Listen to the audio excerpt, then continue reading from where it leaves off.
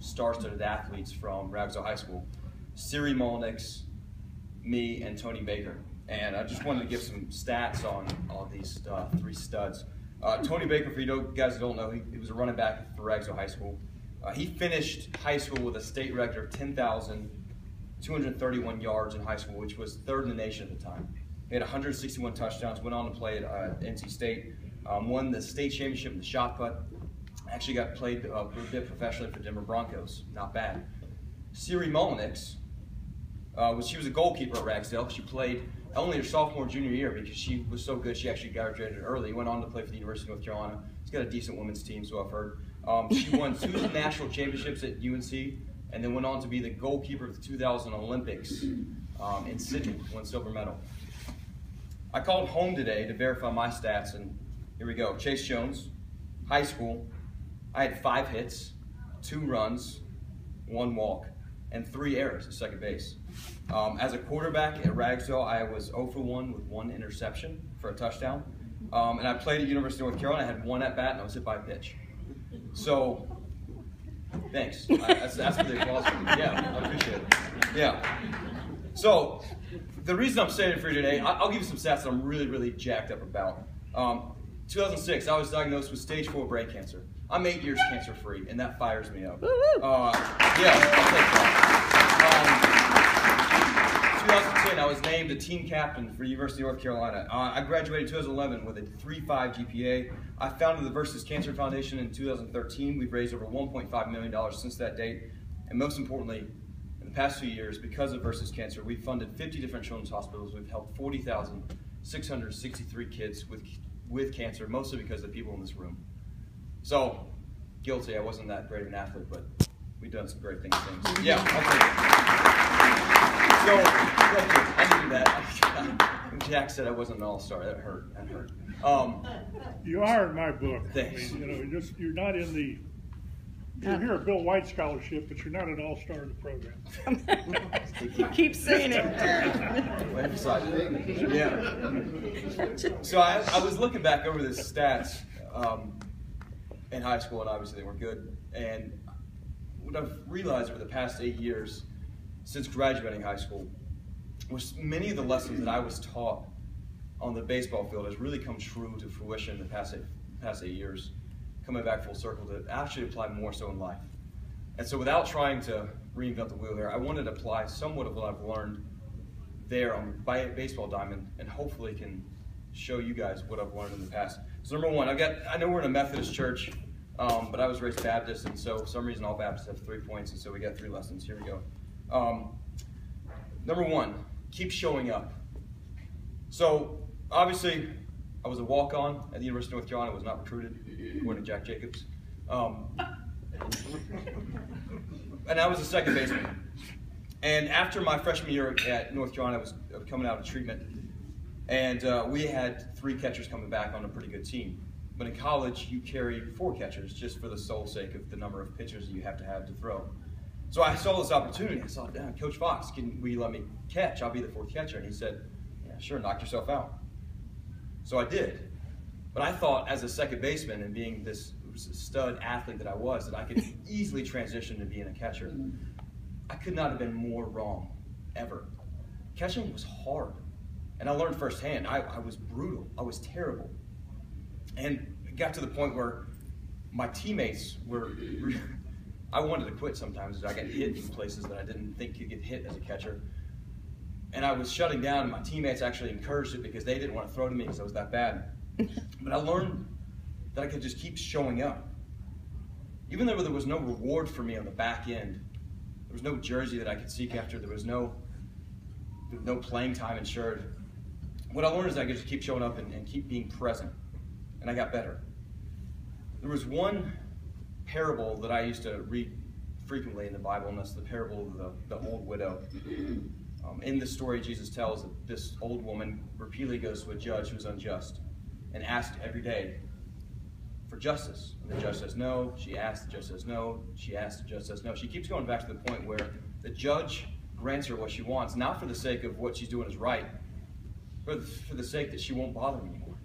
And I took this parable and I applied it some weird way to Carolina baseball. I just thought, if I keep just being there and present, if I keep giving the effort, they can't say no to me. So in 2009, I was given a jersey and a roster spot. And while beating cancer seems like a miracle, you can ask Coach Manis, the bigger miracle is me getting a roster spot at the University of North Carolina. For that, I'm extremely proud of. But what I learned in this persistence of just showing up are really two things. One, when you're there, you're visible. And secondly, by showing up every day, you get better. You force yourself to get better. And this doesn't apply just to baseball. What I've learned is it applies to life, to showing up every day to work, to showing up with your relationships with your family and your friends. It's getting out of bed on the days you just want to rest. It's showing up and going to class. It's being persistent in your studies when TV is such a better option. When you're present and you work, good things happen. But for good things to actually happen, you have to be there a long time in advance. Second lesson that I've learned, being a good teammate. Over the years, I got to play in a lot of different teams. Like Jack mentioned, we won the championship in Colt ball, which I'll be proud of. But high school, college, rec league, USA baseball. And throughout the years, honestly, I don't remember many of the statistics or the games themselves. What I do remember are the relationships, my teammates. And I will stick out and remember the guys, if they were a good teammate or not, just the way they acted on and off the field. So little mini lessons within this. What I've tried to do since then is just don't show anybody up. One time I was playing in a game, I remember vividly watching an outfielder chew out his own pitcher for not throwing enough strikes. Years later, I saw that same outfielder completely off the field, completely different context. It was the first thing I remember. And I remember thinking, like, dude, you suck, man. Like, no offense, and that's tough. But that was the perception of me seeing how bad of a teammate he was. And so the same thing now when I approach in the business world, I take the same context. If somebody burns a bridge for me on purpose, like that same mentality of just openly showing somebody else up, I try to avoid it at all times. For the younger guys, this may help a little bit more. Secondly, highs and lows. Baseball, I think, is such a perfect game because it reflects life so well in the highs and lows. I remember getting in my dad's truck at like 8 years old, being so jacked up after performing well in a game, which apparently was rare. Thanks. But I'd be so excited because I did well and we won, and my dad would just point at me when you just do this. He said highs and lows, highs and lows. And the next day I would get in the same truck and I would be crying because I didn't play so well. And he would say the exact same thing, highs and lows, highs and lows. And that was the beauty about baseball, is that it humbles you at the same time it excites you so much. And in life, it humbles you at the same time it's so rewarding. And so as teammates, what I've strived and what I've learned is you can't ever be too high, you can't ever be too low. The next wave is going to come no matter what, whether that's a good thing or a bad thing. But I always viewed my teammates as how they responded to that action. How do we respond to the highs? How do we respond to the lows? Without being too high, without being too low. The next home run's coming, yes. So is the next diagnosis. And the third point for being a good teammate, and this is strictly for the younger guys here, never date a teammate's girlfriend. Just heads up. It never works out. Not saying it's happened to me before, but it just doesn't work. Third lesson, and this is the last one here. We all of us, have greater influence for positive than we can ever imagine. In 2007, I was wrapping up my own personal cancer treatment, and my teammates at the time, they began to shave their heads. And I was bald, and I thought this was kind of cool, and I just thought it was a cool way to support me. And our fans liked it. They started giving us money, and we, looking back, had no idea what we were doing. We were unorganized. We just were a bunch of idiot baseball players, like trying to just do something cool. But we saw that we had something. We started raising some money.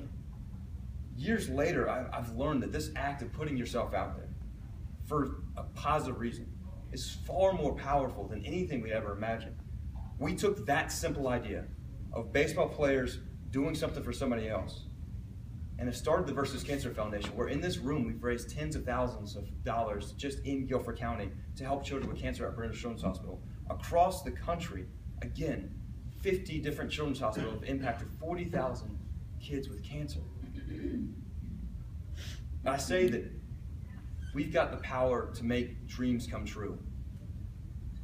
That comes off as like the most overstated statement possible. But what we're doing at Versus Cancer are funding things like pizza parties in kids' rooms, Nintendo Wii's to help kids go through cancer. We're funding art therapy, music therapy. For me, my world when I was going through chemo was a freaking pizza party. So when I'm saying that we are literally changing kids' worlds, it's one pizza slice at a time. So for us to overstate what we're doing is impossible. We are literally changing the world one kid at a time, one shaved head at a time, one event at a time. What I've learned in this is that anybody has this platform. For the younger guys in the room, again, I'm going to harp on this. We've gotten the chance with Versus Cancer to work with some pretty prestigious teams. Duke, UNC, North Carolina, Wake Forest, and the ACC, the AAA affiliates for the Yankees and the Braves, which is pretty cool. The highest fundraisers we have every year, year in, year out, is West Raleigh Youth League in Raleigh, North Carolina. The past 2 years, a group of 6 to 12-year-olds have raised almost $100,000. That's incredible. And the reason is, as a young person, you have such a voice to do so much. Those kids say they want to help out kids with cancer, and people react because of your platform that you have. The challenge in that platform now is to use it. If there's ever really an evidence that we can do something to give back, if there's evidence that we can make a difference, you're looking at it. I had stage 4 brain cancer. There is no stage 5. I should not be here. But somebody before me gave back. Somebody before me gave $1, and that funded the cure, and that's why I'm standing in front of you today. We can make a difference. I'll close with a quick story. A little after finishing chemotherapy, I was 18, and my friends had come home for Christmas break, and back here in Greensboro, and I couldn't really get out of the house much. They tried to get me out of the house, so we went to play laser tag. A big night out, laser tag. And I don't even know how I was allowed to do this at the time. Laser tag facilities aren't the most sterile place to go by any means, but so I'm there all strapped up and everything, but personally, my physical self was just a wreck. I had no hair in my body. I remember my skin was just kind of gaunt, and I was overweight. Couldn't even recognize my face. I had just gone through all the treatments. And so I played the first game, and I'm hobbling around really, and I come out and I'm panting, and we're playing with families because it's laser tag night, and this little 7-year-old girl comes up to me, and she kind of looks at me and stares, and she says, "You're sweaty." And I'm like, why would this girl say this? It kind of takes me off guard. It kind of upsets me, and I want to immediately say, "No, like, you don't get it, girl. Like, I've got cancer. You can't say that." But you can't say it to a 7-year-old. So I just kind of stare at her, and I said, "You're rude." And she kind of like sticks her hip out, and she looks back at me. She says, "Well, you're bald." And it hurt. And I didn't know how to say back to her, "No, you don't get it. I have cancer. You can't say that to me, right?" But I can't drop the cancer card on her because she's 7. But I can't make her feel guilty. So at first I was really taken aback by this girl. Then I took a step back. And then I thought, how much joy is there in the fact that she did not have to know what cancer was?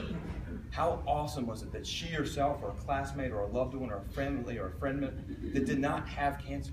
She didn't know what it was. And for that reason, that idea, that's what I'm doing. To hopefully that girl never has to experience the world of cancer. They never have to experience a classmate ever getting the words of a diagnosis. So for that reason, I'll keep showing up. I know I've talked way too long about it, but I'll keep doing it for the sake of for that girl. I'll try to be a good teammate to hopefully connect with the last person. But I'll try to use my platform to help out somebody else out. So that girl, the next child, never has to hear a word of a diagnosis. So that being said, thank you very much, guys. Thank you.